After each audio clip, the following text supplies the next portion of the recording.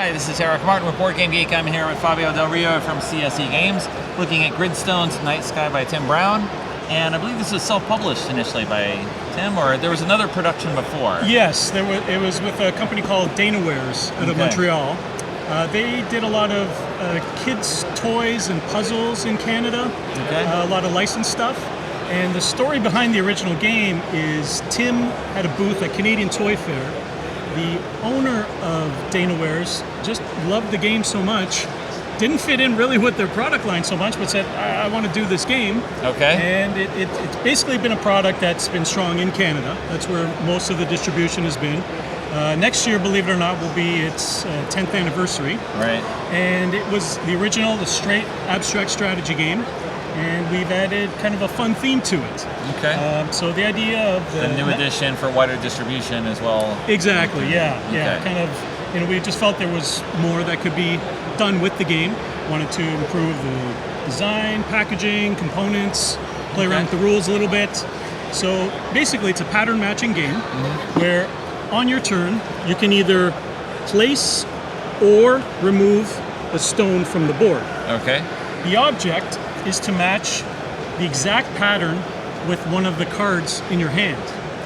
So in this case, think about it as you are looking at the night sky, trying to match the stars of the constellations. Okay.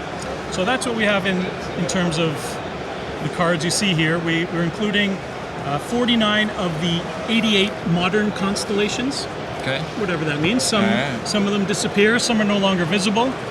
Some of them we decide it doesn't really look like that. There's some of that too. That's right. Yeah, we've been making some changes back and forth on that. But in terms of the gameplay, very straightforward. We like it because young kids can play just very simple pattern matching game. But if you get two strategic gamers that really are competitive, they can see how the strategy of matching. Right. You can kind of pick up on patterns of what their opponents are doing, and it has a really nice way of being light on one hand, yet strategic at the same time, depending on who's playing. So if we started, we just had a few things out here. So on a turn, I could just do this. Yep. And now you do something. And now, I don't see what your cards are. I pretend I don't know. Let's see here. So I'm looking at my cards to see if there's a pattern that can come close. Okay, that's not bad. And remember that you can only place or remove. That's right. And with two players, we're playing within this smaller 4x4 space, 3 to 4. Perfect. You got it. Yeah. So I'm actually going to remove. And it has to be the one I just placed. You can do that. Oh no, sorry. As a you got me. You got me. The only difference in a two-player game is you can't remove what was just placed. So thank you for catching that. I wasn't paying enough attention. Go rule. Yeah, exactly. Okay. So I'm going to play that there. Yes. Okay. And that's kind of... And the pattern has it doesn't have to be only what's on there.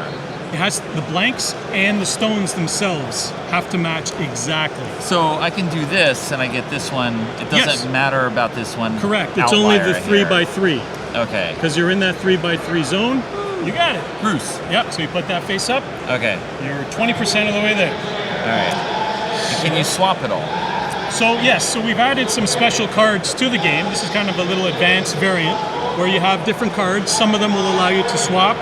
Others remove an extra star this turn. So these would be one-time special cards that can be used. At the beginning. You get dealt one, exactly.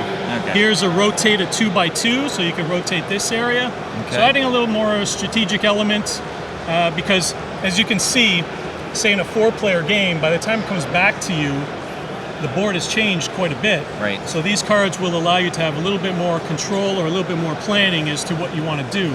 Maybe you have certain cards that have similar pattern elements, like that kind of L shape. Try to hit them all at once. And try to hit them at once, exactly. Okay. So this is one of the new additions in terms of the gameplay of the game.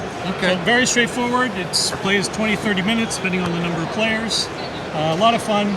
Two game artisans of Canada are involved in the game, Tim Brown being one, and the graphic designer and artist, Jamie Jones, also a game artisan of Canada, so we like to preach those guys as being a fellow Canadian. There you go. All right, thanks, Fabio, for the overview of Gridstones Night Sky.